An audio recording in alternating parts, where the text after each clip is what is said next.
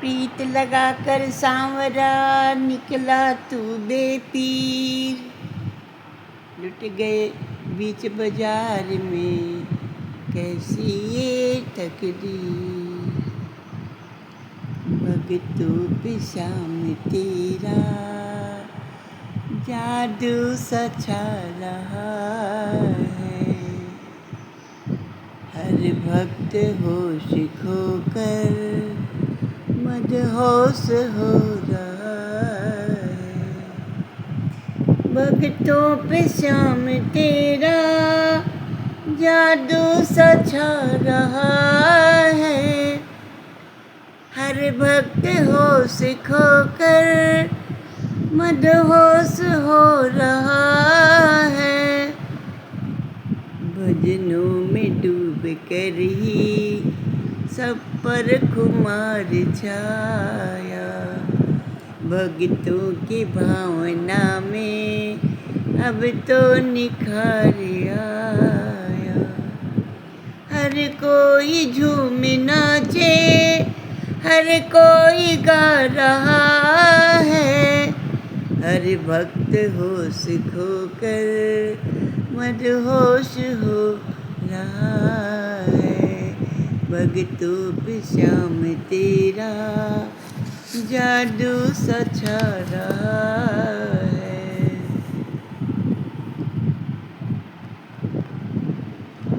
ईश्वरः सर्वभूतानां, परमात्मा सभी के हृदय में बस करके दीपक की भांति प्रकाश देते हैं। दीपक के प्रकाश में चाहे कोई भागवत का पाठ करे चाहे कोई चोरी करे, दीपक के मन में न तो किसी के प्रति कुभाव है न सद्भाव है। दीपक का धर्म तो एक ही है, प्रकाशित होना, प्रकाश देना। प्रकाश का किसी के कर्म के साथ कोई संबंध नहीं। परमात्मा सभी के हृदय में बस करके दीपक की भांति प्रकाश दे रहे हैं। जीव पाप करे या पुण्य करे, साक्षी भूत परमात्मा पर उसका कोई असर नहीं पड़ता। ईश्वर निष्ठुर नहीं है और ना ही दयालु है। ईश्वर को अपना कोई धर्म है ही नहीं। ईश्वर तो आनंद स्वरूप हैं, सर्वव्यापी हैं। इस स्वरूप में हमें कोई विशेष हानि या लाभ नहीं। परमात्मा हमारी बुद्धि से परे हैं।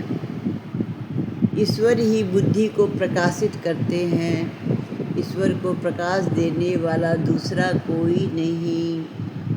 ईश्वर तो स्वयं प्रकाशी हैं। ईश्वर का दीपक सा ये स्वरूप हमें प्रकाश देता है। इस स्वरूप का अनुभव करने के लिए ज्ञानी पुरुष जो है ब्रह्माकार वृत्ति को धारण करते हैं। जब मन ईश्वर का सत सत चिंतन करता है, वृत्ति जब कृष्णमय हो जाती है, ब्रह्ममय बन जाती है, तभी जीव को है शांति प्राप्त होती है। ईश्वर को छोड़ करके मनोवृत्ति को जहाँ भी रखोगे वह स्थान उसे समा नहीं पाएगा। ईश्वर को छोड़कर सब कुछ जो है ना अल्प है। लकड़ी में जो अग्नि समाई हुई है उसका उपयोग कैसे किया जाता है ये जानना चाहिए। लकड़ी पर बाहर से अग्नि लगाओगे तो वह जलेगी। स्वयं प्रकाशी परमात्मा सभी के हृदय में रहते हुए भी प्रकाश देते हैं और कुछ नहीं करते। प्रभु के सगुण रूप को हृदय में बसा करके उसी में वृत्ति को तदाकार करोगे तो हमें शांति प्राप्त होगी। मन को जो है ना मत्स्य की उपमा दी गई है। मत्स्य नारायण भगवान ने महाराज सत्यव्रत मनु से कहा कि हे राजन, मैं तुम्हारा कल्याण करने के लिए आया हूँ। आज के 7वें दिन प्रलय होगी और सर्वनाश हो जाएगा, सब कुछ जलमग्न हो जाएगा। लेकिन तुम मेरा स्मरण करना तो मैं तुम्हारी रक्षा करूँगा। प्रलय में सब कुछ समाप्त हो जाता है, लेकिन सत्य जो है वही रहता है। सत्यव्रत राजा सत्य के प्रतीक हैं। सत्य हमेशा रहता है, उसका नाश नहीं होता।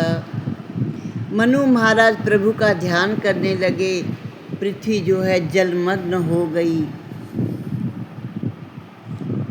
वृत्ति जब ब्रह्माकार होती है, जब कोई ब्रह्मनिष्ठ गुरु मिलते हैं, मत्स्य नारायण भगवान सतगुरु का स्वरूप हैं। मत्स्य नारायण भगवान जो है गुरु का स्वरूप होकर आए। गुरु के बिना मन जो है ना ईश्वर में स्थिर नहीं हो पाता। सत्यव्रत राजा ने कहा, मैं आपकी शरण में आया हूँ, मेरी नौका को पार लगा दीजिए, वृत्ति को ब्रह्माकार बनाओ, सत्यव्रती बनाओ, सत्य का पालन करो। सत्यनिष्ठ जीव ही सत्यव्रत मनु है। कृतमाला नदी के किनारे बसने का अर्थ है सत्कर्म ही परंपरा में, सत्यकर्म की परंपरा में जीना ही कृतमाला है। ऐसा होने पर ही सत्यव्रत जीव आत्मा की वृत्ति ब्रह्माकार होती है। मत्स्य नारायण भगवान उनके साथ में आ जाते हैं। ऐसे अधिकारी जीव को परमात्मा मिल जाते हैं। प्रलय में चाहे अन्य किसी भी वस्तु का नाश हो जाए, किंतु भगवान सत्यनिष्ठ का, सत्य का नाश नहीं होने देते। सत्य कर्मों का सत्यनिष्ठ व्यक्ति प्रलय में भी कभी नहीं मरता। जो भगवान की शरण में जाते हैं, भगवान उसे अपना लेते हैं, उसका प्रलय में विनाश नहीं होता। ये शरीर जो है ये नैया है, प्रभु के चरण जो हैं वो सींग है। इस शरीर को परमात्मा के चरणों से बांध दो। यदि मत्स्य नारायण भगवान को सुखदेव जी बार बार प्रणाम करते हैं। बोलो मत्स्य नारायण भगवान की जय। मत्स्य नारायण प्रभु ने वेद के 100 दैत्य हयग्रीव का संहार किया। मनु महाराज को मत्स्य संहिता का उपदेश दिया। ऐसे प्रभु को बार बार प्रणाम करते हुए हम 8वें स्कंद को समाप्त करते हैं। बोलो श्री मत्स्य नारायण भगवान की जय।